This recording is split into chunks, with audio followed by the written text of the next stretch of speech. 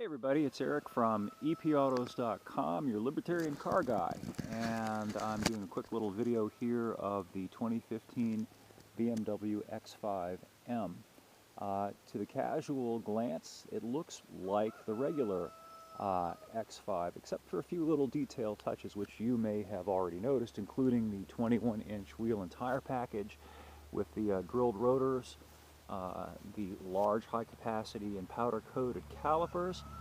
Also, that functional air extractors here actually help to dissipate some of the air coming through the brakes there.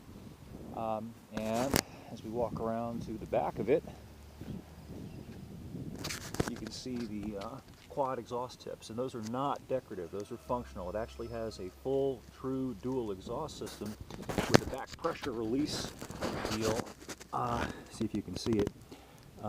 That's pretty snarky. You can see the little actuators there that I'm pointing the camera at, and what happens is under wide open throttle, the little flapper door opens and it effectively releases all the back pressure in the muffler, effectively letting you run straight pipes pretty much, and it goes bap, bap, bap at each wide open throttle upshift, which is all kinds of fun. But the big thing about this vehicle is what's under the hood, which I'll show you here. You can't really see much of it because, like most modern cars, it's covered in plastic, which is just a damn shame.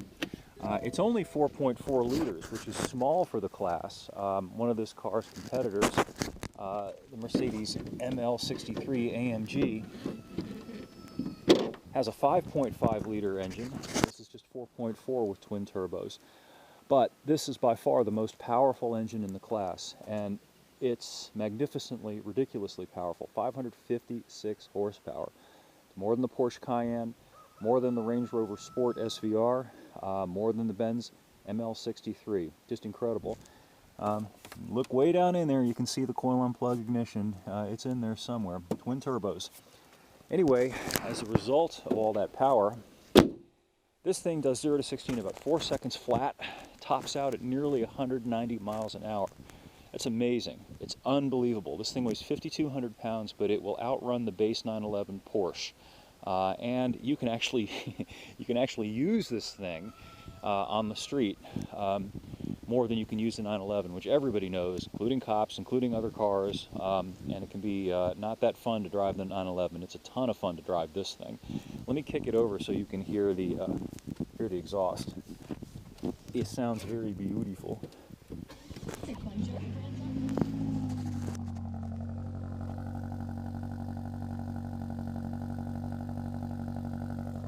Isn't that nice?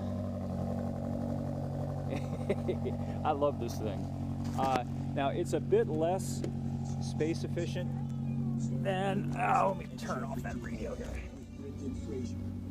It's a bit less space efficient than some of the other cars in this class, but you know, really, that's only if you go by pure numbers. I'm 6'3", you can see I have got plenty of legroom here. It's 36 inches. The Mercedes ML63 AMG has about 2 inches more. But really, unless you're 6'5" or whatever, you're going to have plenty of room back here. Headroom is good too, no issues there. Very comfortable in the back. Now, the regular X5s are available with a third row. You can't get that in the M. It just does not offer it. Move around a little bit here and show you some of the other detail things. Now, the bleedy-blatty engine is going to probably be hard for you to hear what I'm saying, but the X5 has this pretty cool two-piece tailgate. There's the upper section, and look at this, you got a lower section that folds out. So you get almost an additional foot there of cargo floor, which is handy. You know, if you're going to haul something home, not that this vehicle is a pickup truck, but you know, you can really haul a lot of stuff in these crossovers, which is why they're so popular. But this is unique. None of the other vehicles have this in this class. So, you know, you can fold something out here that would otherwise be kind of hanging loose off of the edge of the vehicle, but you've got this additional space here, and you can sit on it too if you want to. So, you know, you've got a little bit of tailgate space, and pop it up like that, and if you have the tailgate open because you've got a big bulky object here, you've got a natural little dam that keeps things from falling out. You know, even if you should tie it down, but now you've got that additional measure of security here, and that's really nice. Moving along here to the inside, you get carbon fiber accents, which of course is fairly common in high-performance vehicles today, but some of the M-specific stuff that you get in addition to that, you get a 200-mile-an-hour speedometer, red line, 7,000. Let me show you something that I like that's pretty doggone neat. Menu. Go down here to vehicle info, you dial up the sport displays, and look at that. The power display, the torque display, up to 640 horsepower and up to 560, and it'll peg it right around here at around 556, and this engine produces in excess of 550 foot-pounds of torque, and more than 500 of it is available right now at idle, and the full 556 comes on by 2000. Let's get going here. And what's really neat about that is that despite this being an elite, exotic, high-performance vehicle, in a very real way, it's easier to drive than an economy car because you've got so much power. In my review, which will be up at epautos.com shortly, I mentioned the fact that I'm not a big fan of this, by the way. This little shifter deal, it has virtually no tactile feedback. It's completely drive-by-wire, but I'll tell you about that in just a second. But anyway, with that much torque on hand, it's like you're teleporting. You know, if there's a slot up ahead in traffic and you want to get into it, just tap the gas and you're there. In a Prius or an economy car of any kind, you have to sometimes think about it, and you have to have more of a window. You've got to have more time. You've got to have more space because the thing just doesn't have any power at all and can't do it.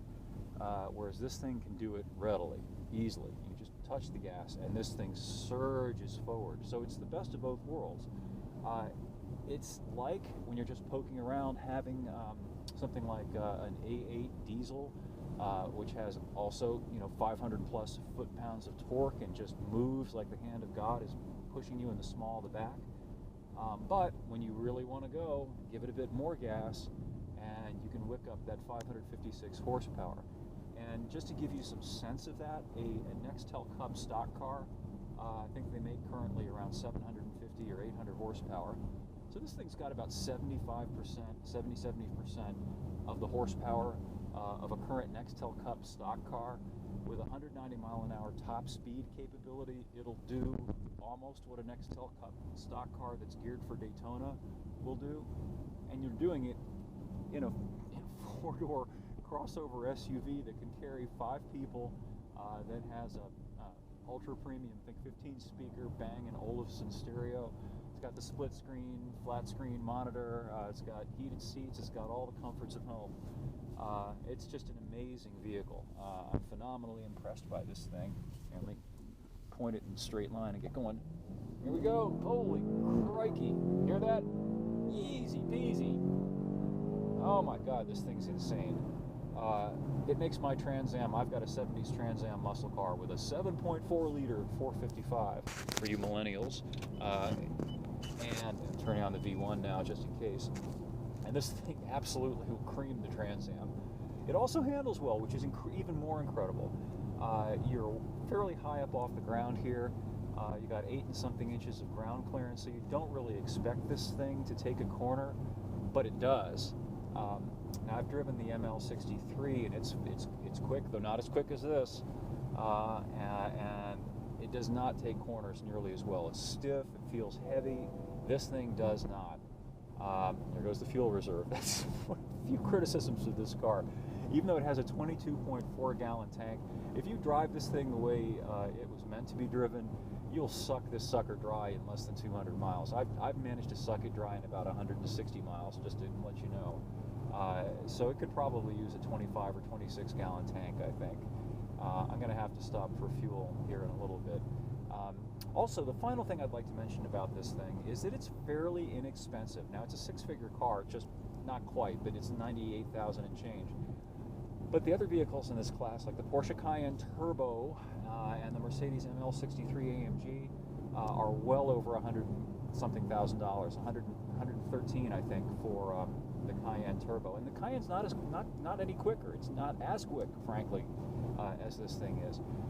The Mercedes AMG 63 is about the same price, but it's nowhere near as quick. you can option that thing with an additional AMG performance package that makes it a bit stronger and a bit quicker, but still not as quick. And that package is something like $6,500 on top of the $98,000 price. So this thing's really, really hard not to like and not to want to buy relative to its competition, if you have the means. Of course, these are all six-figure cars, but boy, you are getting every bit of six-figure performance from these cars. So signing off for now. The review should be up at epautos.com later today, and I'm going to go burn some gas and fry some tires. So thanks for watching, and we'll catch up with you on the flip-flop.